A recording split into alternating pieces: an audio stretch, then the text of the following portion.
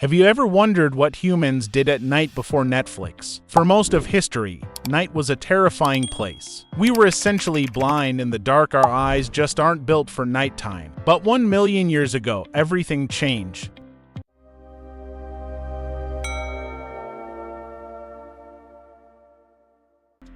The discovery of fire changed human evolution. Fire created a circle of safety. Everything inside was safe. Everything outside was dangerous. Before fire, we became still at sunset to avoid predators. But fire extended our useful day by 2 to 4 hours. These extra hours were the birthplace of human culture. During the day, conversations were practical. They talked about hunting and plants. But nighttime conversations, that was a different story. Nighttime was for storytelling. It was for myths and adventures. It was the original classroom. Fire allowed us to imagine things beyond the present. We learned to think about the future and reflect on the past. The firelight was our first theater. It was where we became truly human. We weren't just animals anymore, we were storytellers. All thanks to a little bit of fire. But what about sleep? Modern humans think we need 8 hours straight, but that's a modern assumption. For thousands of years, we slept into phases. We called it first sleep and second sleep.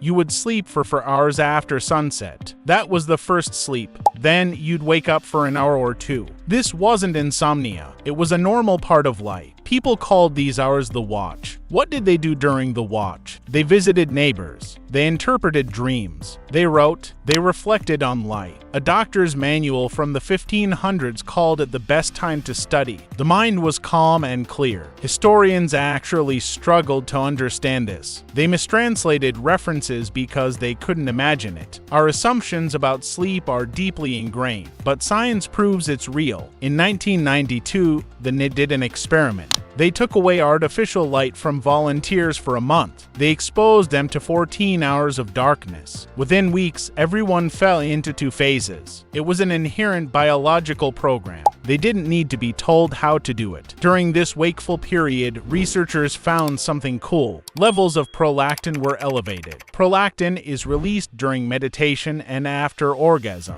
It promotes a feeling of peace. It wasn't just a gap, it was a state of consciousness. A state most of us never experience. It was a time of reflection. So, what happened to this pattern? We got addicted to light. It started in the 1600s with street lamps, then gas lamps, then Edison changed everything in 1879. The electric light bulb destroyed our biphasic sleep. Within a generation, it was gone. Historically, night was scary. Night was for criminals. It was for the supernatural. Being out at night was suspicious. Medieval cities banned being out without a lantern. Today, we are exposed to artificial light for hours, an average of 7 to 8 hours after sunset. This ruins our natural biology. Our screens suppress melatonin. Melatonin is the hormone that regulates sleep. When light hits our retina at night, our brain thinks it's daytime. It delays the release of melatonin. It fragments our sleep. It disrupts our circadian rhythm. We are constantly fighting our own biology. Researchers found a simple fix. A week of camping can reset your cycle. Without artificial light, melatonin starts earlier. It resets by nearly 2 hours. We are not designed for this constant light. We need darkness to function properly. So, what's the lesson here? History teaches us who we really are. We are adaptable creatures, but our basic biology hasn't changed. We still need stories. We still need rest. And we still need reflection. Maybe modern life is too fast. Maybe we lost something essential. The watch was a time of peace. We've traded that for constant alertness. Is it worth it? That's for you to decide. Try turning off the screens before bed. See how you feel. Thanks for listening to our little history lesson. Comment below. How do you sleep? Are you a 1-block sleeper or something else? Subscribe for more psychology secrets. We have so much more to uncover. See you in the next video, where we explore the psychology of dreams.